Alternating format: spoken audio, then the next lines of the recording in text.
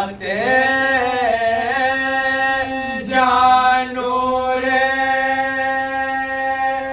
نظر لگتے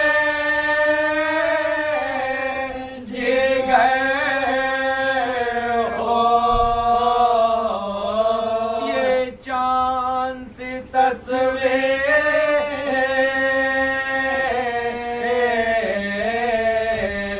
کہاں پائے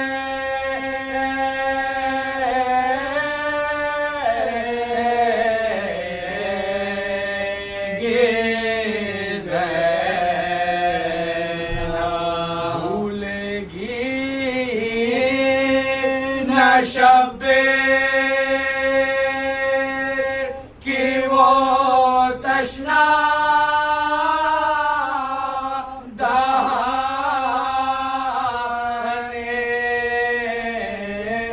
جب تک جیے گی روئے گے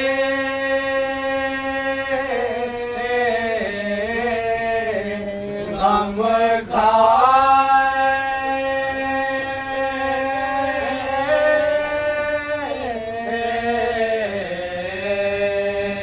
گے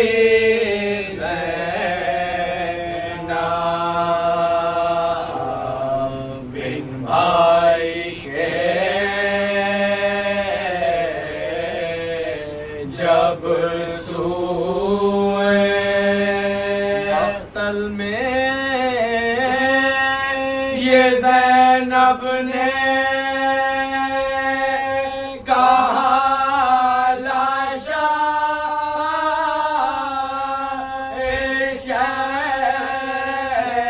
سے محبوس ہو کے شام کو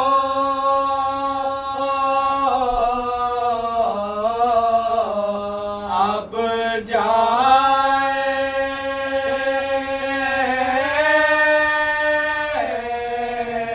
جائیں گے زینب نے کہا سے کہ تم تو چل بھائی اور ٹھوکرے پردیس میں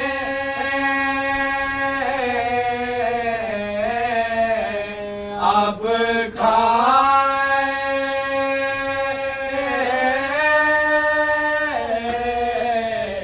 کھائیں گے زینب مچلے گی سکینہ جو تمہارے لیے بھائی کیوں کر اسے سمجھائیں گے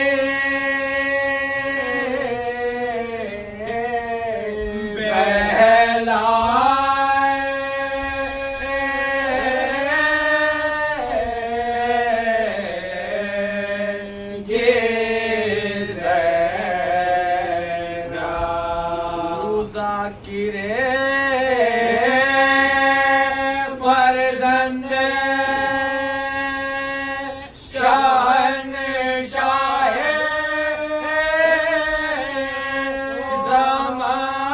زمان ہے وہ جس تجھے فردوس میں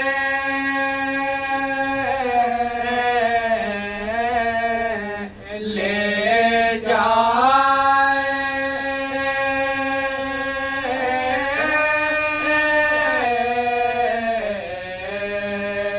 گے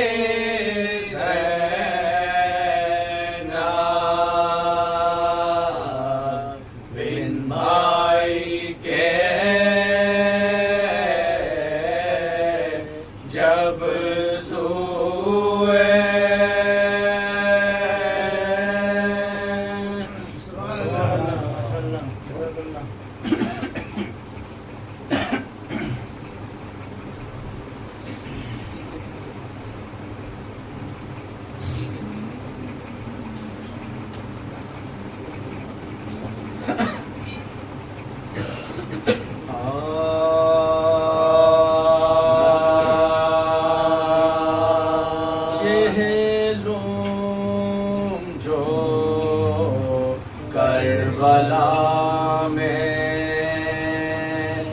72 کا ہو چکا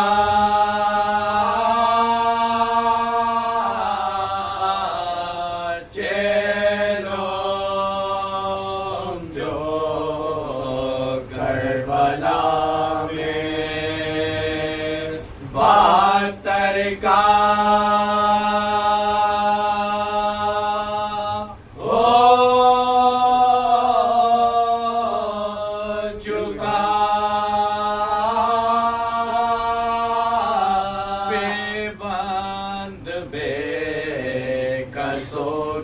تنو سرکار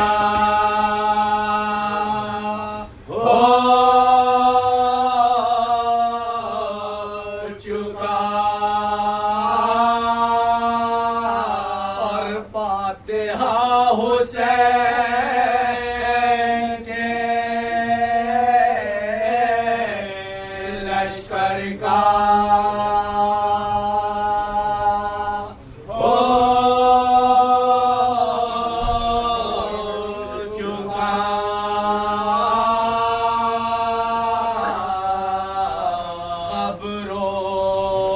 شور آل پیغمبر کا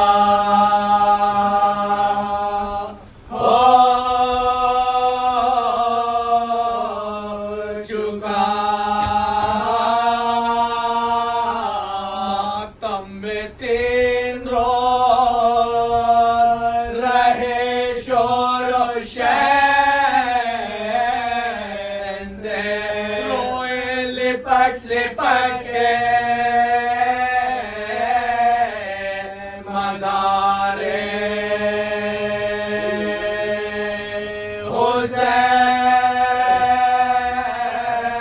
حسین سے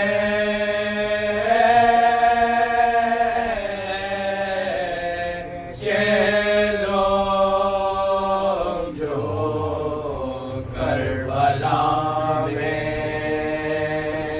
72 کا ہو چکا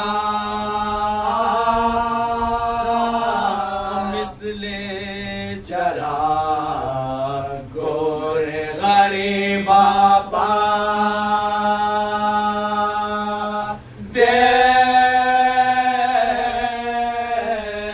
جلا پھولوں کے بدلے قبر پلکتے جگر چڑھا پیاروں کی بود و باش کے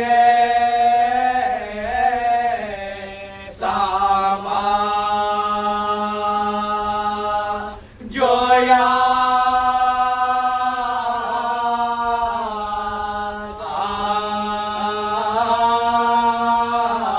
بے ساکا پکار گلے جا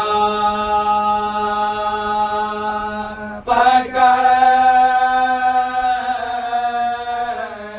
کے اب کس کے ساتھ داخل ہے کربلا ہوا لایا تھا جو مدینے سے ہم کو وہ کیا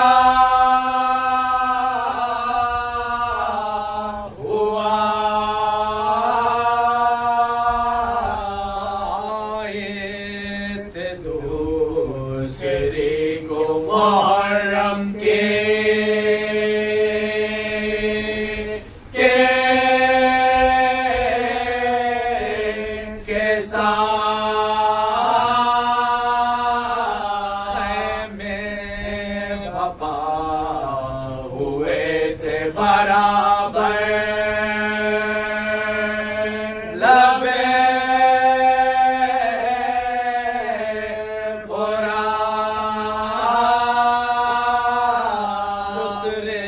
جب تو روکے تھے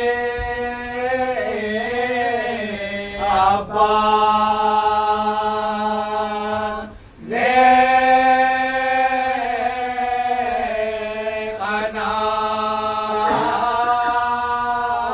قناعت کیے تھے پکار کے کوئی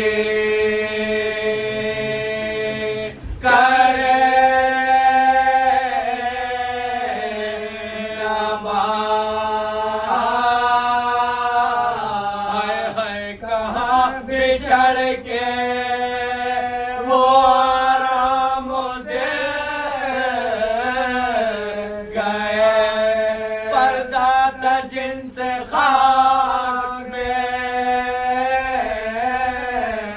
پردے کے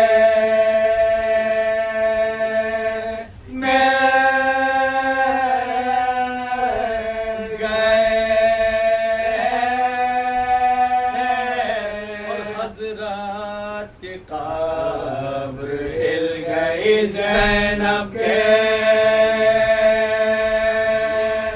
بین سے آ کر کہا بشیر نے ابن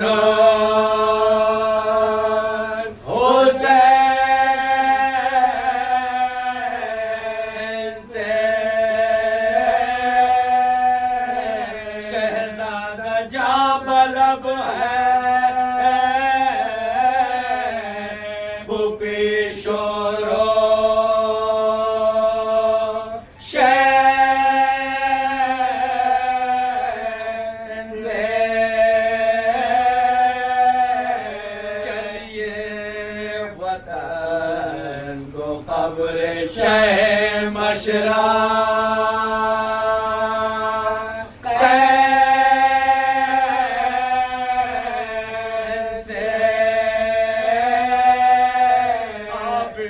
پوچھا کیوں بوبے اماں کو گول ہے وہ گول اختیار کہا وہ گول ہے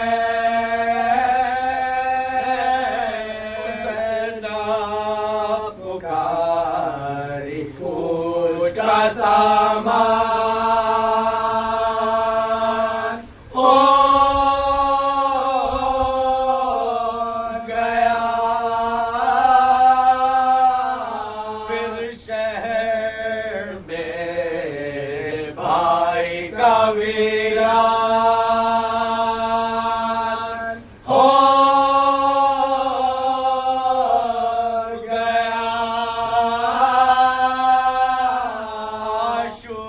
کا مقابلہ اس آن ہو گیا لو پھر جدا مدینے کا سلطان ہو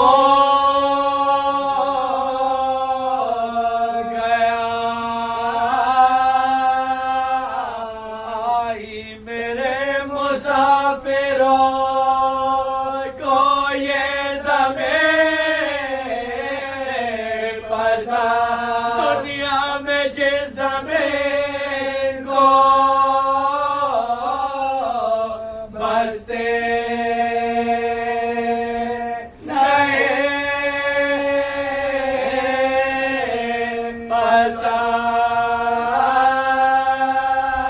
پسند کربلا سید دل کے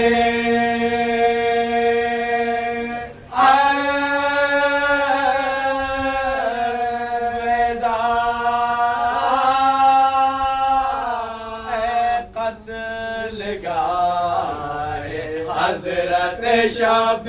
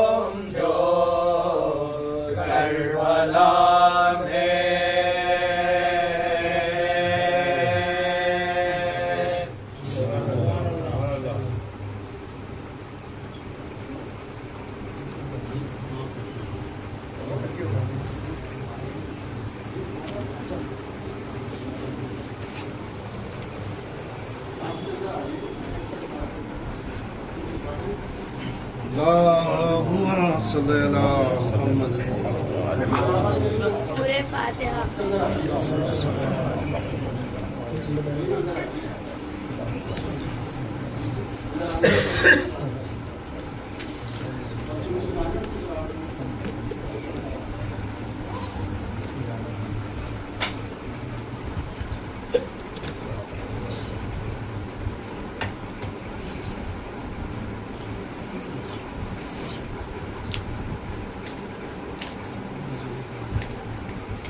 اعوذ باللہ من الشیطان الرجیم.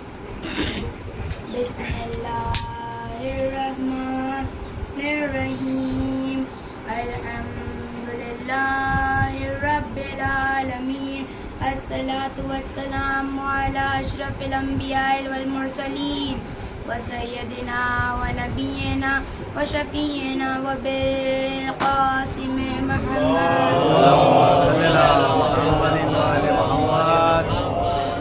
ام البنی بنی تھی اس الماس کے لیے. ام البنی بنی تھی اس الماس کے لیے. ہر ایک نسل خلق کی گئی عباس کے لیے. ہر ایک نسل خلق کی گئی عباس کے لیے. ام البنین دین خدا کا نصاب ہے. ام البنین دین خدا کا نصاب ہے. ان کی فضیلتوں کا بھلا کب حساب ہے. ان کی فضیلتوں کا بھلا کب حساب ہے. کیسے ہاتھا ہو کر سمندر کا آب ہے. کیسے ہاتھا ہو کر سمندر کا آب ہے. یعنی ہر ایک سوال کا بس یہ جواب ہے. یعنی ہر ایک سوال کا بس یہ جواب ہے. اس کی بارگاہ ہمیں مدحت گزار چاند. ہے اس کی بارگاہ ہمیں مدحت گزار چاند. اس نے علی کے گھر کو لگائے ہیں چار چاند.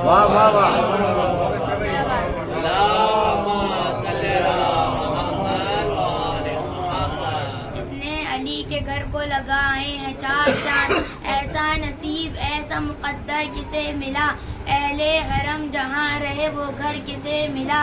مریم کے بھی نصیب سے بڑھ کر کسے ملا. المختصر بطول کا شوہر کسے ملا. المختصر بطول کا شوہر کسے ملا. قدموں میں ان کی یوں بھی پڑی کائنات ہے. قدموں میں ان کی یوں بھی پڑی کائنات ہے. دستے خدا کے ہاتھ میں بی بی کا ہاتھ ہے. دستے خدا کے ہاتھ میں بی بی کا ہاتھ ہے.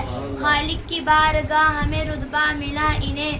منصب جہاں میں سب سے انوکھا ملا انہیں. بیٹا نہیں نبی کا نواسا ملا انہیں. حد ہو گئی وفاؤں کا کعبہ ملا انہیں. صورت میں اپنے بیٹے کے رب کا ولی دیا. ارے بھی وہ ہے علی کو علی دیا.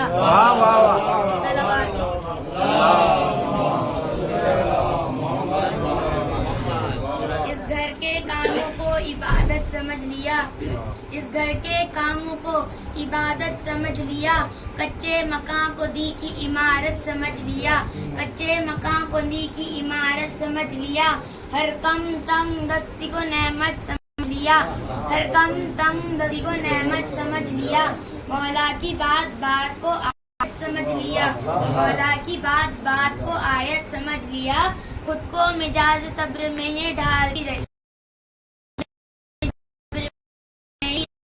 جو سب کو پالتے ہیں انہیں پالتی رہی، جو سب کو پالتے ہیں انہیں پالتی رہی، ایک دن وہ دن بھی آیا کہ جس کا تھا انتظار، گھر میں علی کے آ گئی فردوس کی بہار، شہزادی شکر کرتی تھی خالق کا بار بار، کہتی تھی بڑھ گیا میرا کونین میں وقار، دونوں جہاں میں مادر اسلام بن گئی، دونوں جہاں میں مادر اسلام بن گئی، فضا میں آج مادر عباس بن گئی، فضا میں آج مادر عباس بن گئی، یا رب یہ کون آ گیا اس کائنات میں، یا رب یہ کون آ گیا اس کائنات میں، ارے دن سے زیادہ آج اجالا ہے رات میں، دن سے زیادہ آج اجالا مقبول ہو رہی ہے دعا بات بات میں، مقبول ہو رہی ہے دعا بات بات میں، منظر نہ دیکھا حیات میں، منظر نہ دیکھا خضر نے ایسا حیات میں، ام البنین کون سی دولت لیے ہوئے، ام البنین کون سی دولت لیے ہوئے، پھیلائے ہاتھ مولا علی ہیں کھڑے ہوئے، پھیلائے ہاتھ مولا علی ہیں کھڑے ہوئے، صلوات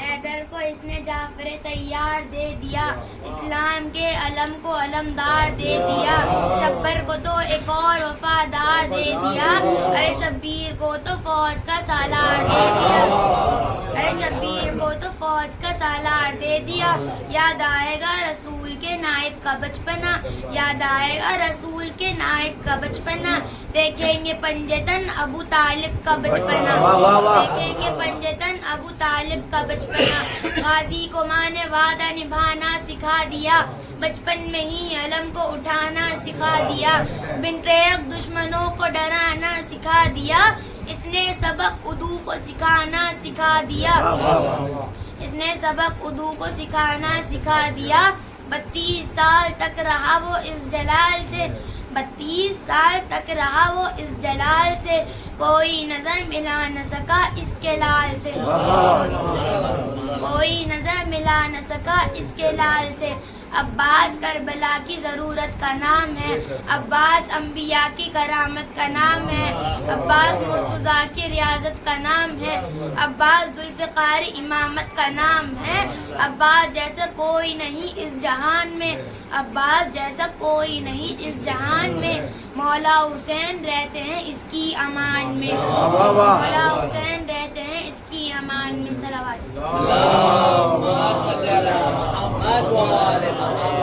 ساحل پہ پہنچا جس گھڑی عباس با وفا، چلو میں لے کے آپ کو نزدیک لب کیا، پانی میں چہرہ دیکھا ام البنین کا، کانوں میں آئی مادر دلگیر کی صدا، کانوں میں آئی مادر دلگیر کی صدا، شرمندہ ہوں گی میں شہ بدر و حنین سے، شرمندہ ہوں گی میں شہ بدر و حنین سے، عباس پانی پینا نہ پہلے حسین سے، عباس پانی پینا نہ پہلے حسین سے، ایک شور تھا کہ خیموں میں پانی نہ جانے پائے، مارے کوئی تبر تو کوئی برچیاں لگائیں، وہ پھینکے گرم ریت نہ کچھ جس کے ہاتھ آئے، وہ پھینکے گرم ریت نہ کچھ جس کے ہاتھ آئے، وہ حال کر دو روح علی بولے ہائے ہائے، وہ حال کر دو روح علی بولے ہائے ہائے، صدمہ نہ سہ سکے گا گزر جائے گا حسین، صدمہ نہ سہ سکے گا گزر جائے گا حسین، مرتے ہی اس جوان کے مر جائے گا حسین، مرتے ہی اس جوان کے مر جائے گا حسین، دیکھا سکینہ نے سلامی ہوا علم، بولی اے بابا آپ کو دادی کی ہے قسم، اس مشق کی وجہ سے زخم ان کے ہاتھ پر، ہم منہ سے بولیں چھوڑ دے پانی فرات پر، رن میں عجیب حال سے ہیں ابن مرتضیٰ، رن میں عجیب حال سے ہیں ابن مرتضیٰ، مشکیز پہ ہے شیر کا سینہ رکھا ہوا، مشکیز پہ ہے شیر کا سینہ رکھا ہوا، اٹھ اٹھ کے دیکھتا تھا وہ خیموں کا فاصلہ، اٹھ اٹھ کے دیکھتا تھا وہ خیموں کا فاصلہ، ناگاہ تین مشق سکینہ پر ایک لگا، نہ کھا کر بھی برز سنبھلا رہا شیر عظیم پر، کھا کر بھی برز سنبھلا رہا شیر عظیم پر، پانی گرا تو گر گیا پیاسا زمین پر، پانی گرا تو گر گیا پیاسا زمین پر۔ اللہم صلی علی محمد آل محمد۔ بہت اچھا پڑھا بھائی، ماشاء اللہ۔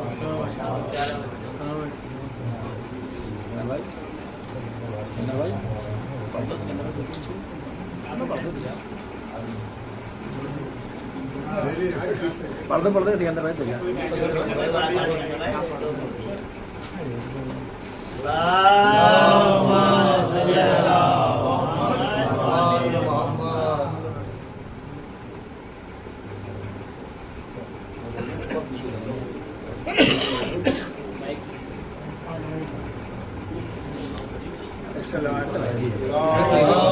سکندر میں مائک اٹھا لو۔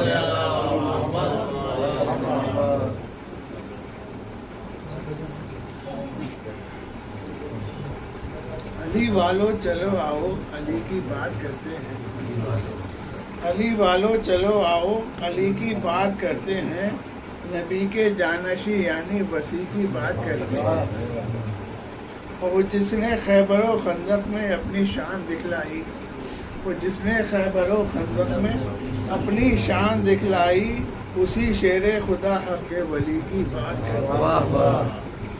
اور فقیری میں بھی ہے جس کی حکومت سارے عالم پر، فقیری میں بھی ہے جس کی حکومت سارے عالم پر، غنی جس سے غنی ایسے غنی کی بات کرتے ہیں۔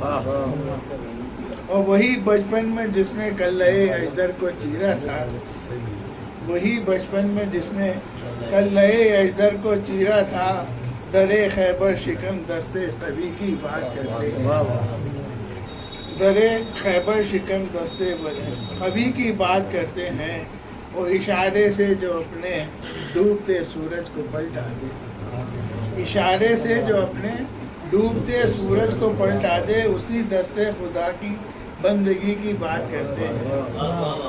اور رکوع میں دی انگوٹھی اور ادھر آیت اتر آئی، رکوع میں دی انگوٹھی اور ادھر آیت اتر آئی، خدا چاہے جسے ایسے سخی کی بات کرتے ہیں، خدا چاہے جسے ایسے سخی کی بات کرتے ہیں۔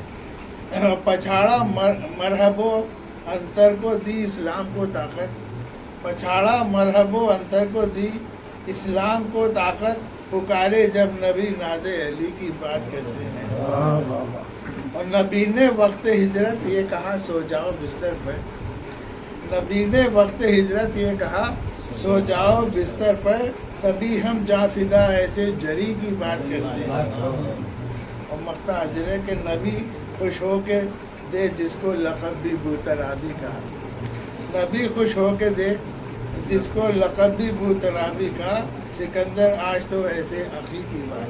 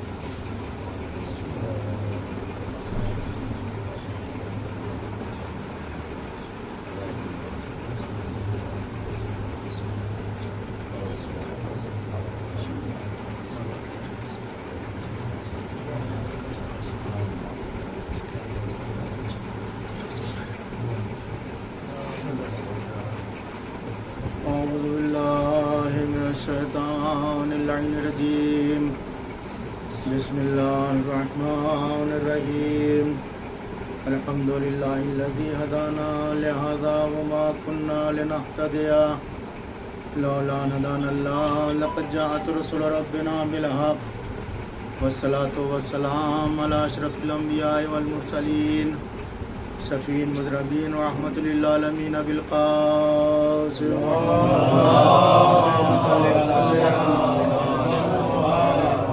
صلاة عليه الطيبين الطاهرين المعصومين ولعنة الله على أعدائهم من الآن إلى قيام يوم الدين. أما بعد فقد قال الله تبارك وتعالى في القرآن المجيد وفرقان الأمين وقوله الحق. بسم الله الرحمن الرحيم. ومن يبتغي غير الإسلام دينا فلن يقبل منه.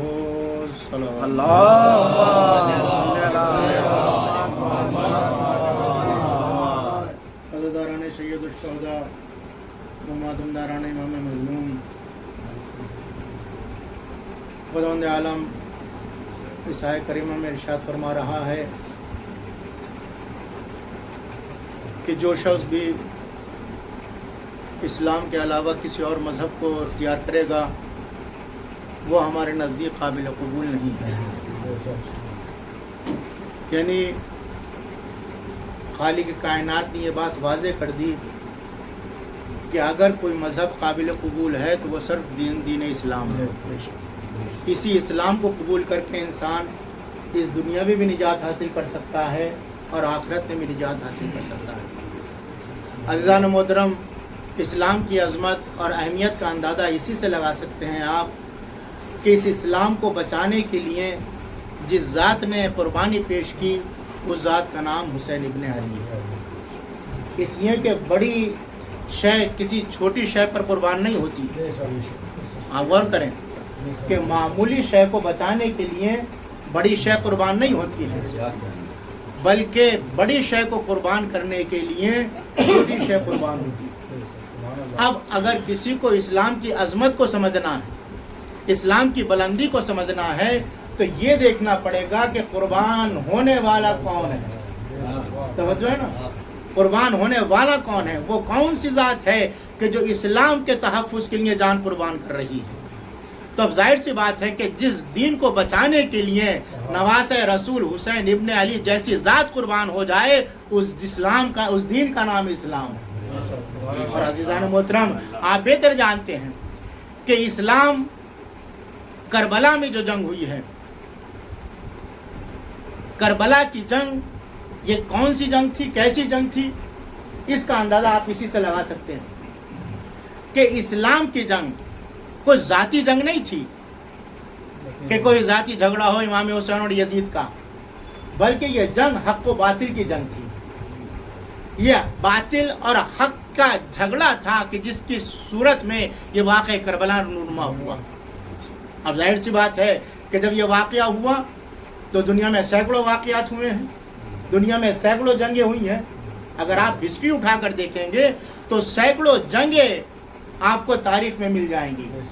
لیکن آپ یہ بتائیے کہ ہزاروں جنگیں لڑی گئیں، ہزاروں لوگ مارے گئے، لیکن آج زمانہ نہ ان کو یاد کرتا ہے، نہ ان کا کوئی تذکرہ کرتا ہے، نہ ان کا ذکر خیر ہوتا ہے، نہ اس کی عالمی پیمانے پہ یاد منائی جاتی ہے.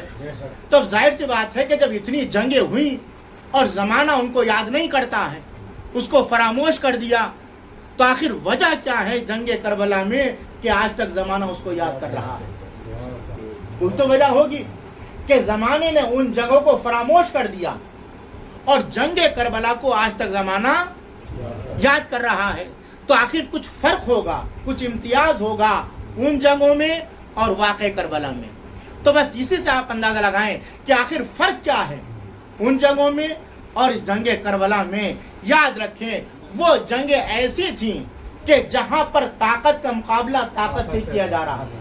بہت توجہ محترم، طاقت کا مقابلہ طاقت سے تھا، لشکر کا مقابلہ لشکر سے تھا، جوانوں کا مقابلہ جوانوں سے تھا، تلواروں کا مقابلہ تلواروں سے ہو رہا تھا، نیزوں کا مقابلہ نیزوں سے ہو رہا تھا.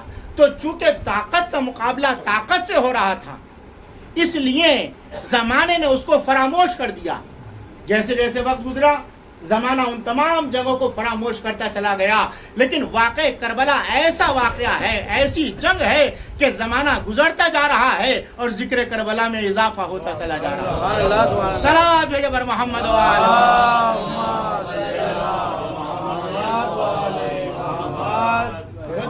تو آخر وجہ کیا ہے کہ اس واقعے کو زمانہ کیوں یاد رکھے ہوئے اور جنگوں کو کیوں بھلا دیا گیا اور اس جنگ کو کیوں یاد رکھا گیا؟ توجہ چاہ رہا ہوں۔ تو آپ نے دیکھا کہ ہر جنگ میں طاقت کا مقابلہ طاقت سے ہوا، لیکن امام حسین نے یہ فیصلہ کیا کہ ہم یہ جنگ دنیا کے طریقے سے نہیں لڑیں گے بلکہ ایک نئے انداز سے لڑیں گے۔ توجہ چاہ رہا ہوں۔ اور یہ ایسا طریقہ ہوگا کہ زمانہ اس کو یاد رکھے گا۔ امام عالی مقام کی نگاہ میں تمام جنگیں تھیں کہ کیسے کیسے یہ جنگیں لڑی گئیں۔ امام نے دیکھا کہ طاقت کا مقابلہ طاقت سے ہوا ہے، لشکر کا مقابلہ لشکر سے ہوا ہے، فوج کا مقابلہ فوج سے ہوا ہے، جوانوں کا مقابلہ جوانوں سے ہوا ہے۔ امام نے فرمایا کہ ہم طاقت کا مقابلہ طاقت سے نہیں کریں گے بلکہ طاقت کا مقابلہ ہم کردار سے کریں گے۔ سبحان اللہ سبحان اللہ۔ ہم طاقت کا مقابلہ مظلومیت سے کریں گے، ہم طاقت کا مقابلہ حسن اخلاق سے کریں گے۔ یاد رکھیے، چونکہ جہاں طاقت کا مقابلہ طاقت سے ہوتا ہے وہاں انسان اس کو فراموش کر دیتا ہے، اور جہاں طاقت کا مقابلہ کردار سے ہوتا ہے زمانہ اس کو یاد رکھتا ہے۔ سبحان اللہ سبحان اللہ۔ صلوات بھیجے بر محمد و آل محمد۔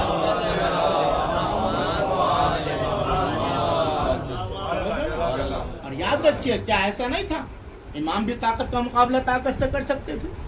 کیا لشکر نہیں جمع کر سکتے تھے؟ کیا اسلحہ نہیں جمع کر سکتے تھے؟ لیکن نہیں، پھر اور جنگوں میں اور جنگ کربلا میں کوئی فرق نہیں رہ جاتا۔ اب آپ بہتر جانتے ہیں کہ طاقت کا جہاں استعمال ہوتا ہے وہاں پر اطاعت وقتی ہوتی ہے۔ انسان طاقت سے سروں کو جھکاتا ہے۔ توجہ ہے نا، طاقت ہے، تلوار ہے، حکومت ہے، ہماری اطاعت کرو، ہمارا کہنا مانو ورنہ ہم تمہیں قتل کر دیں گے۔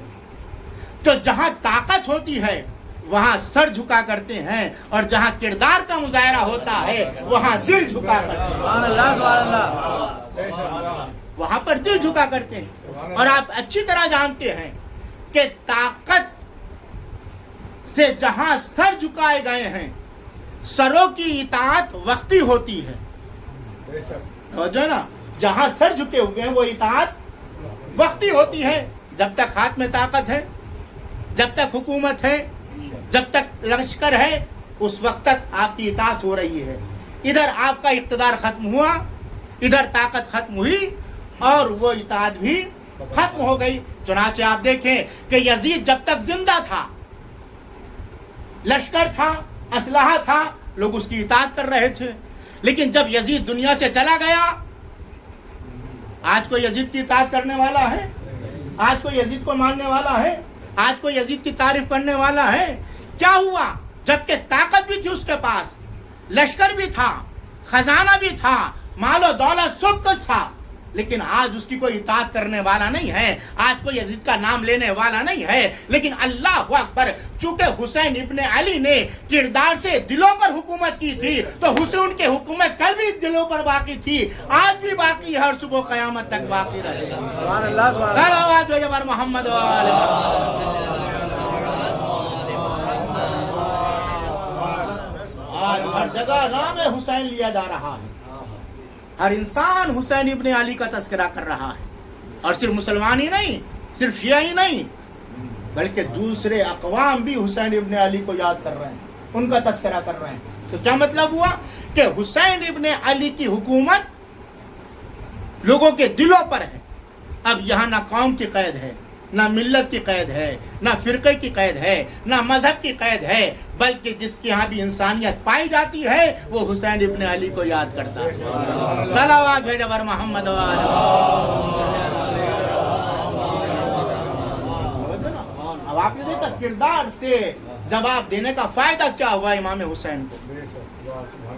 اگر طاقت کا مظاہرہ ہوتا تو یہ تذکرہ ختم ہو جاتا، لیکن امام نے کردار سے اس مارکے کو فتح کر کے بتا دیا کہ دیکھو جو مارکہ کردار سے فتح کیا جاتا ہے اس کے اثرات قیامت تک باقی رہتے ہیں۔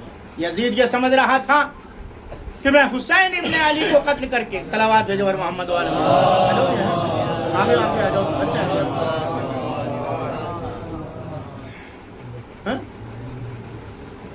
ایک اور صلوات بھیجو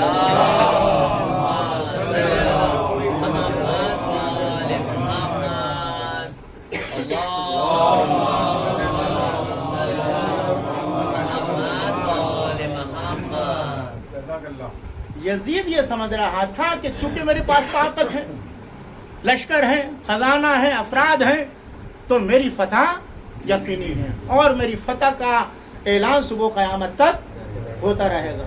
لیکن اللہ اکبر، کیا کردار تھا امام حسین کا. امام حسین نے کردار سے اس کا جواب دیا. یزید مر گیا اور حسین ابن علی آج بھی زندہ. تو اس بات کو آپ ذہن میں بٹھا لیجئے کہ انسان کی کامیابی نہ تو طاقت سے ہوتی ہے، نہ لشکر سے ہوتی ہے، نہ فوج سے ہوتی ہے، نہ کثرت سے انسان فتح یاب ہوتا ہے، نہ دولت اور خزانے سے فتح یاب ہوتا ہے، بلکہ یاد رکھیں کہ انسان اپنے کردار سے فتح یاب ہوتا ہے. اگر طاقت اور قوت سے انسان فتح یاب ہوتا تو کربلا میں یزید کامیاب ہو جاتا. لیکن حسین ابن علی نے کردار کا مظاہرہ کر کے بتایا کہ ہم یزید کو ایسا ذلیل و رسوا کر دیں گے کہ کوئی یزید کا نام بھی نہ لے گا بلکہ یزید کا نام داخل دشنام ہو جائے گا. صلوات بھیجو بر محمد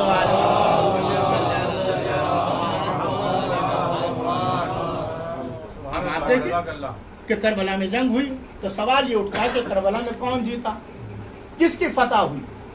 جب جنگ ہوتی ہے تو ایک فریق جیتتا ہے اور دوسرا فریق ہارتا ہے. تو کربلا میں کون جیتا؟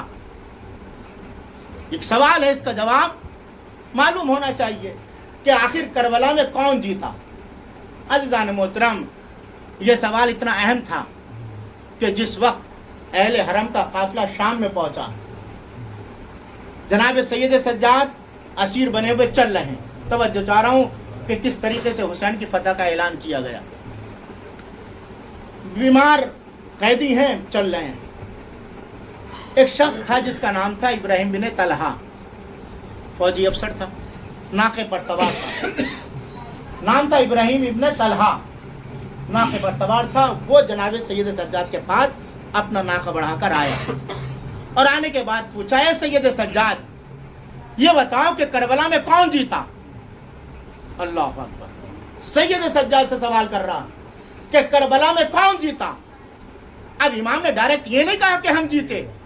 توجہ چاہ رہا ہوں، ڈائریکٹ یہ نہیں کہا ہم جیتے، منتظر رہا جواب کا. امام نے کہا سن، ہم بتاتے ہیں کون جیتا. یاد رکھ، اگر مسجد سے اذان کی آواز بلند ہو رہی ہے، اگر مسجد سے اشہدو ان لا الہ الا اللہ و اشہدو ان محمد رسول اللہ کی صدا بلند ہو رہی ہے تو سمجھ لینا ہم جیت گئے اور یزید ہار گیا. سید سجاد نے کربلا کی فتح کو کاہے سے جوڑا؟ اذان سے، توحید سے، رسالت سے، اشہدو ان لا الہ الا اللہ و اشہدو ان محمد رسول اللہ، اس سے جوڑ کر سید سجاد نے بتایا کہ یہ ہماری ذاتی جنگ نہیں تھی بلکہ یہ جنگ توحید کی جنگ تھی، یہ رسالت کی جنگ تھی. اب جب تک کائنات میں اشہدو ان لا الہ کی صدا بلند ہوتی رہے گی، حسین کی فتح کا اعلان ہوتا رہے گا. صلوات علی محمد و آل محمد.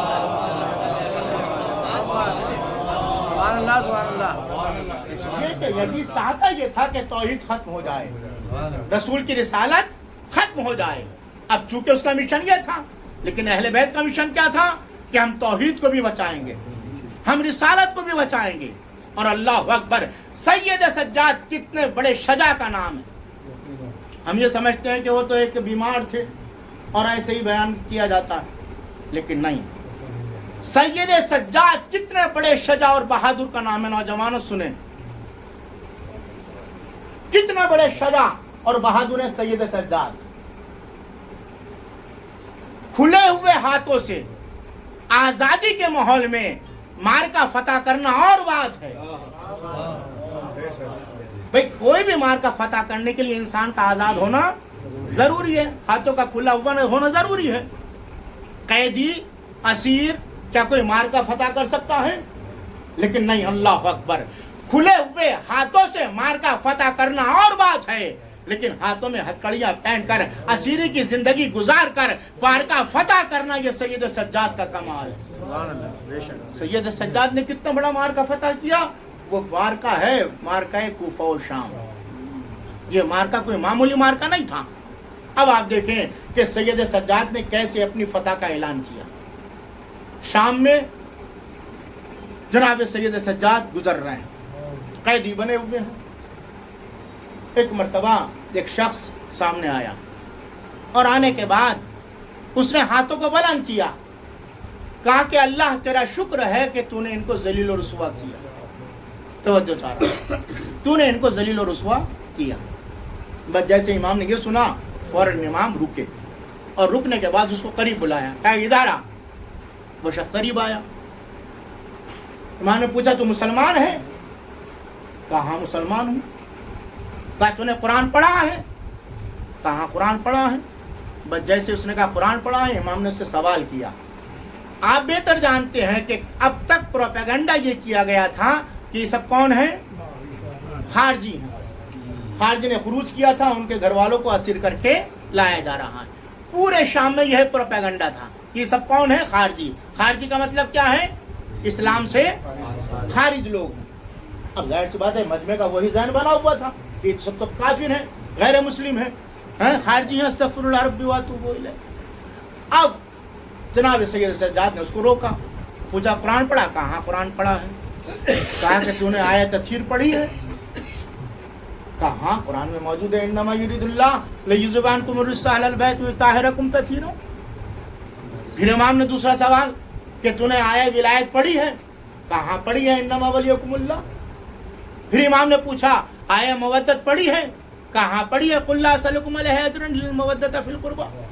اب چونکہ سید سجاد رکے تو قافلہ بھی رکا۔ جب قافلہ رکا تو سارے مجمع کی توجہ، جتنے بھی پبلک تماشا دیکھنے کے لیے آئی تھی، وہ سب متوجہ کہ آخر یہ قیدی کیا بات کر رہا ہے، کیا گفتگو کر رہا۔ اب آپ دیکھیں فلسفہ کیا تھا سید سجاد کا، ایسے خاموشی سے نہیں گزر گئے بازار سے، اس لیے کہ اگر سید سجاد سر جھکا کر بازار سے گزر جاتے تو پھر شام والوں کو کون بتاتا کہ ہم کون ہیں۔ سبحان اللہ۔ سمجھے نا؟ سید سجاد کی ذمہ داری تھی کہ وہ اپنی فتح کا اعلان کر کے جائیں، شام والوں کو بتا کر جائیں کہ ہم کون ہیں۔ اب صاحب جب سید سجاد رکے، قافلہ رکا، سارے مجمع کی توجہ، سب یہ دیکھ رہے تھے کہ یہ قیدی کیا گفتگو کر رہا ہے۔ اب جب یہ قرآن کی گفتگو ہوئی اور وہ آیتیں پڑھ رہا، امام سوال کر رہے ہیں، تو سارا مجمع حیران کہ بھئی یہ تو خارجی ہیں، ان کا قرآن سے کیا تعلق ہے؟ توجہ چاہ رہا ہوں، یہ تو خارجی ہیں، ان کا قرآن سے کیا تعلق ہے؟ یہ قرآن کی آیتیں کیوں پڑھ رہے ہیں؟ اب صاحب جب کئی آیتیں امام نے اس سے پوچھ لی تو ایک مرتبہ گھبرا کے وہ کہتا کہ بھئی قیدی تمہارا ان آیتوں سے کیا تعلق ہے؟ بلکہ یہ آیتیں تو اہل بیت رسول کی شان میں نازل ہیں۔ ایک صلوات بھیجو بر محمد۔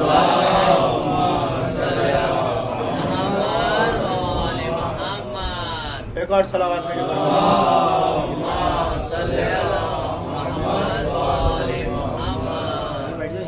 صلوات بھیجو بر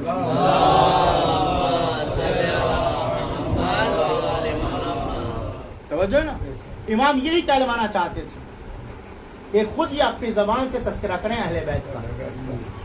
کہا کہ یہ آیتیں ان سے تمہارا کیا تعلق ہے؟ کہا کیوں؟ کہا کہ یہ آیتیں تو اہل بیت رسول کی شان میں نازل ہوئی ہیں۔ بس جیسے اس نے یہ کہا کہ یہ آیتیں اہل بیت رسول کی شان میں نازل ہوئی ہیں، فوراً سید سجاد نے کہا کہ ہم ہی تو اہل بیت رسول ہیں۔ اب سب مجمع حیران، وہ بھی حیران کہ اہل بیت رسول، ہم سے تو یہ کہا گیا تھا یہ خارجی ہیں، انہوں نے خروج کیا تھا، اور یہ کہہ رہے ہیں کہ ہم اہل بیت رسول ہیں۔ اب وہ مرتبہ تڑپ کے کہتا کہ کیا نام ہے آپ کا؟ کیا نام ہے آپ کا؟ کہا کہ میرا نام علی ہے۔ کہا کس کے بیٹے ہو؟ کہا حسین کا بیٹا ہوں، اور سنو میں رسول کا نواسا ہوں، میں مدینے کا رہنے والا۔ اللہ اکبر۔ امام نے اپنا نام بھی بتایا، اپنے والد کا بھی نام بتایا، اور اپنا وطن بھی بتایا۔ یاد رکھیے جو مجرم ہوتا ہے، جو ہارتا ہے، وہ اپنا نام بھی چھپاتا ہے، اپنا اپنی ولدیت بھی چھپاتا ہے اور اپنا پتہ بھی چھپاتا ہے. آپ نے مجرموں کو دیکھا ہوگا ہمیشہ چاہتے کہ نہ کوئی ہمیں دیکھ بھی نہ پائے, نام نہ معلوم ہو پائے. بہت سے مجرم اپنے چہرے پر کپڑا ڈال لیتے ہیں تاکہ کوئی دیکھنے نہ پائے, کوئی پہچاننے نہ پائے, کسی کو معلوم نہ ہونے پائے کہ یہ کہاں کے رہنے والے ہیں. لیکن اللہ اکبر, سید سجاد بلند سر بلند کر کے گفتگو کر رہے تھے. اور آپ بہتر جانتے ہیں جو ہارتا ہے وہ سر نیچا کرتا ہے اور جو فتح یاب ہوتا ہے وہ سر بلند کرتا ہے. صلوات علی محمد و آل محمد.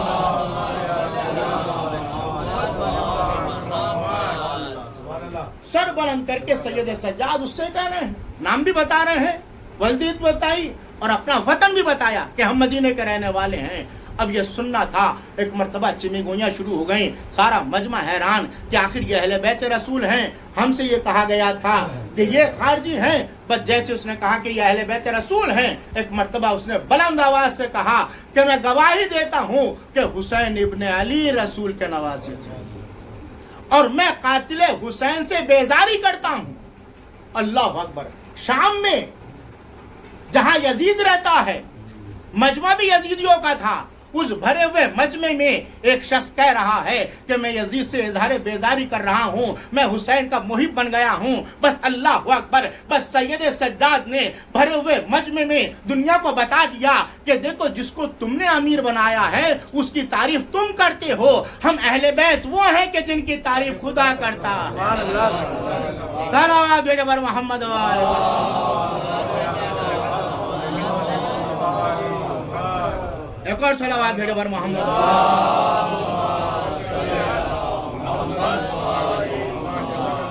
تو سید سجاد نے سر بلند کر کے گفتگو کی, اس لیے کہ ہارنے والا سر بلند نہیں کرتا, سر جھکاتا ہے.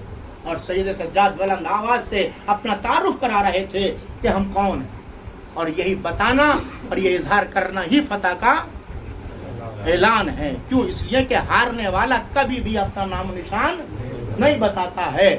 بس عزیزان محترم, اب آپ دیکھیں کہ کون جیتا کربلا میں. یہ فیصلہ ہونا ضروری ہے کہ آخر حسین جیتے یا یزید جیتا. بس عزیزو, اس کا اندازہ آپ اسی سے لگا سکتے ہیں کہ کربلا کے بعد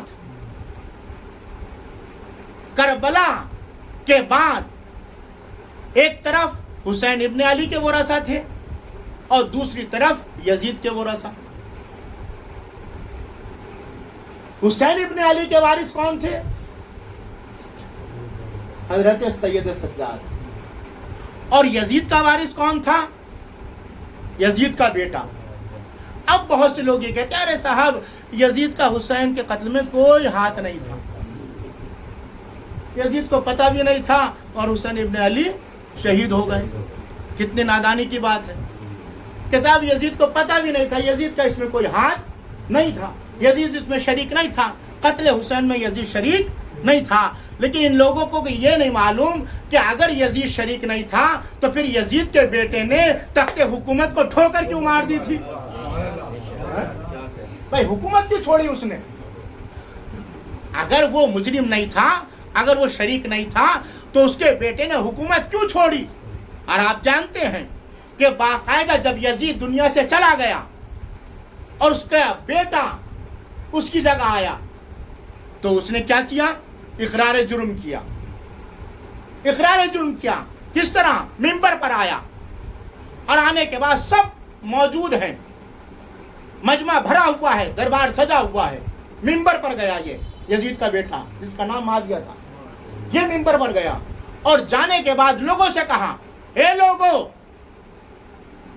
میں اس تخت پر نہیں بیٹھوں گا. کیوں؟ اس لیے کہ یہ تخت وہ ہے کہ جس پر بیٹھ کر میرے باپ نے قتل حسین کا حکم دیا تھا. یہ کہہ کر اس تخت کو ٹھوکر مار دی. بس عزیزان محترم, یزید کے بیٹے نے تخت حکومت کو ٹھوکر مار کر بتا دیا کہ جس جگہ پر بیٹھ کر قتل حسین کا حکم دیا جاتا ہے وہ جگہ بیٹھنے کے قابل نہیں ہوتی بلکہ ٹھوکر مار دینے کے قابل ہوتی ہے. صلوات علی محمد و آل محمد. بھائی اتنی بڑی حکومت چھوڑنا کوئی آسان بات نہیں ہے. یزید کی حکومت کوئی چھوٹی موٹی حکومت نہیں تھی بلکہ اتنی بڑی حکومت کہ جو مشرق سے لے کر مغرب تک پھیلی ہوئی حکومت تھی.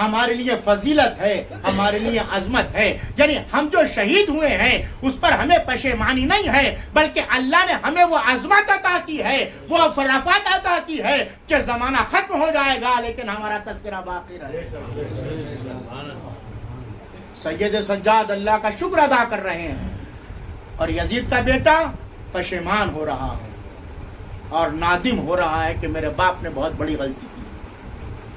آپ جانتے ہیں کہ جو جیتتا ہے وہ اللہ کا شکر ادا کرتا ہے، اور جو ہارتا ہے وہ پشیمان ہوتا ہے، شرمندہ ہوتا ہے. اور آپ نے دیکھا ہی ہے کہ جو ہارتا ہے کبھی سر بلند کر کے گفتگو نہیں کرتا، ہمیشہ جیتنے والے ہی کے جلوس نکلتے ہیں، ہارنے والے کا جلوس نہیں نکلتا.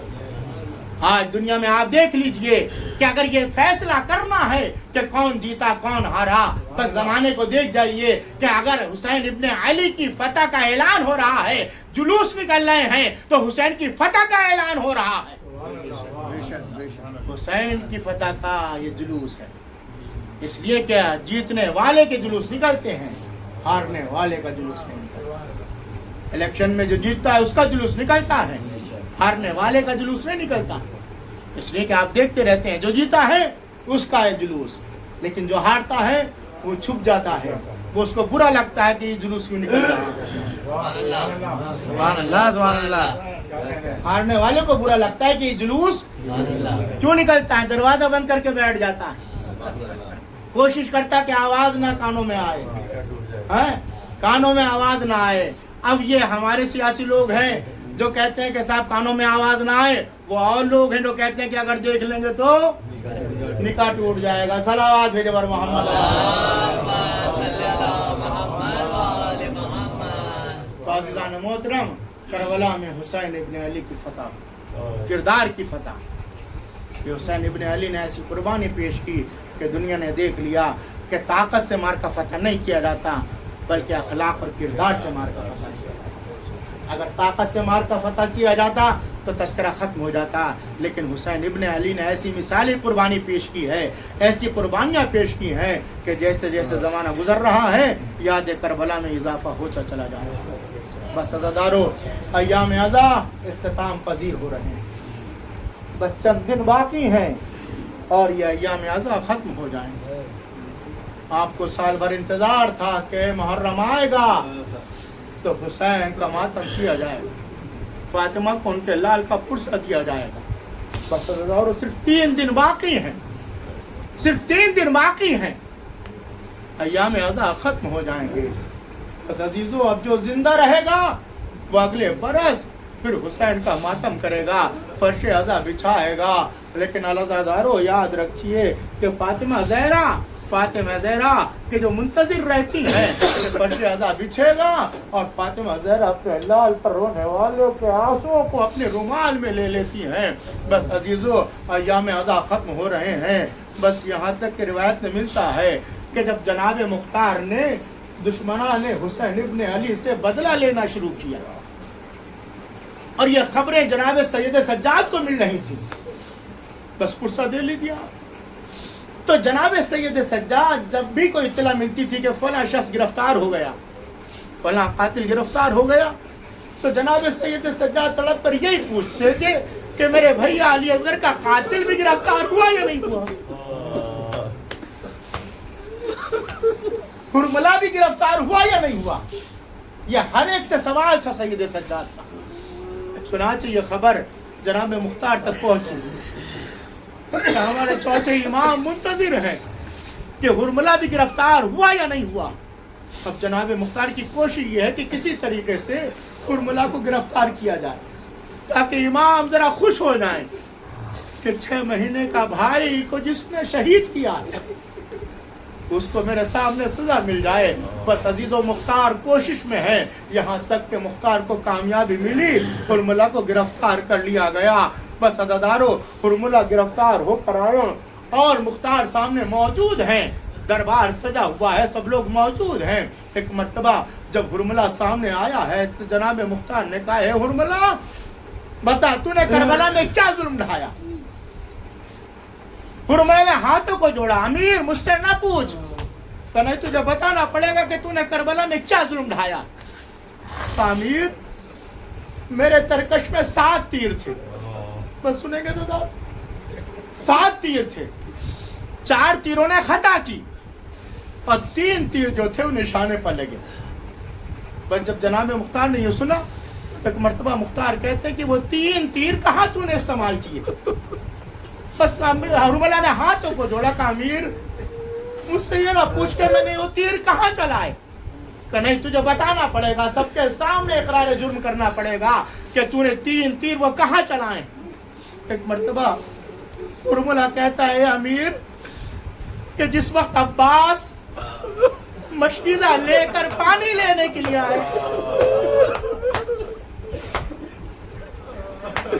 حسین کے بچے اللہ کی صدائیں بلند کر رہے تھے, تو عباس مشکیزہ لے کر آئے تاکہ پانی بھر کر بچوں تک پانی پہنچا دیں. بس عباس نے مشکیزے میں پانی بھرا, وہ لے کر چل رہے تھے. بس عباس تیزی سے گھوڑا دوڑاتے ہوئے چلے جا رہے تھے. ایک مرتبہ عمر سعد نے مجھ سے کہا اے حرملہ ایک بھی خطرہ ہے, آپ خیام حسینی تک نہیں پہنچنا چاہیے. بس عمر سعد کا کہنا تھا. بس میں نے سکینہ کی مشق کو نشانہ بنایا. بس ایک تیر جو میں نے چھوڑا ہے وہ تیر سکینہ کی مشق پر جا کر لگا. بس جیسے ہی تیر مشق پر لگا ہے ایک مرتبہ پانی بہنا شروع ہوا. وہ پانی نہیں بہ رہا تھا بلکہ عباس کی تمناؤں کا خون بہ رہا تھا. بس جو پانی بہا ہے عباس نے گھوڑے کا رخ فرات کی طرف کر لیا. اے امیر بس میری وجہ سے حسین کے بچوں نے پانی نہیں پایا, یہ پانی میرے وجہ سے حسین کے بچوں تک نہیں پہنچا. بس مختار گریہ کر رہے ہیں.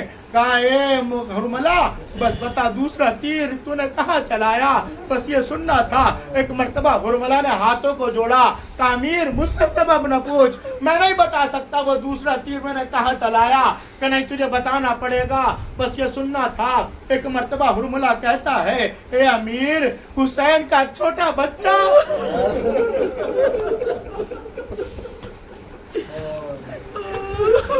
جو پیاس سے جا بلاب ہو چکا تھا, جس کی ماں کا دودھ خشک ہو چکا تھا, حسین اس 6 مہینے کی جان کو میدان میں لے کر آئے اور آنے کے بعد سوال آپ کیا. بس وہ حسین کا ایسا سوال تھا کہ لشکر میں تہو بالا مچ گیا.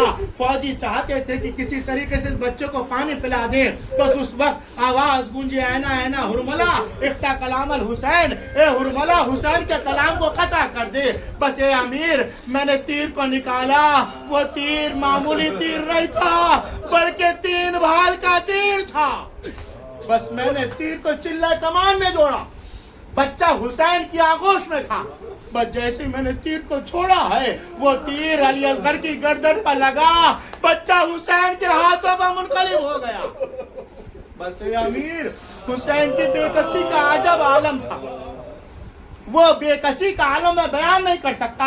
حسین اب اتنا ہے, کبھی آگے بڑھتے ہیں کبھی پیچھے ہٹتے ہیں. ایک مرتبہ مدینے کا رخ کر کے کہا اے شیعو ارے کاش تم کربلا کے میدان میں ہوتے تو دیکھتے کس طریقے سے ظالموں نے میرے سوال کا جواب دیا. اللہ اکبر. بس گریہ ہو رہا ہے. ایک مرتبہ پھر مختار نے کہا بس تیسرا تیر تو نے کہاں چلایا. امیر نہ پوچھ کہ نہیں تو بتا کہ تو نے تیسرا تیر کہاں چلایا. کہ بس امیر جب وہ تیر چلا ہے تو زمین اور آسمان ہل گئے تھے.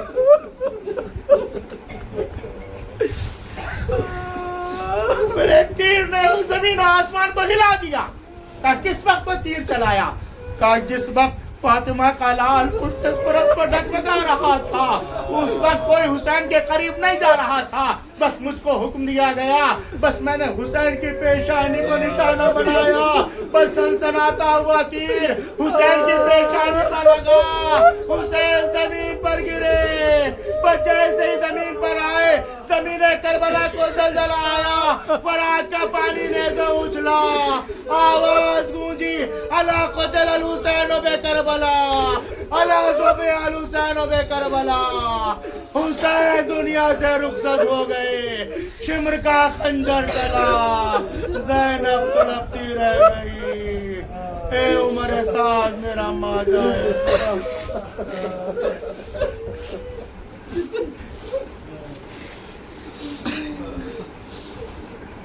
انا للہ و انا الیہ راجعون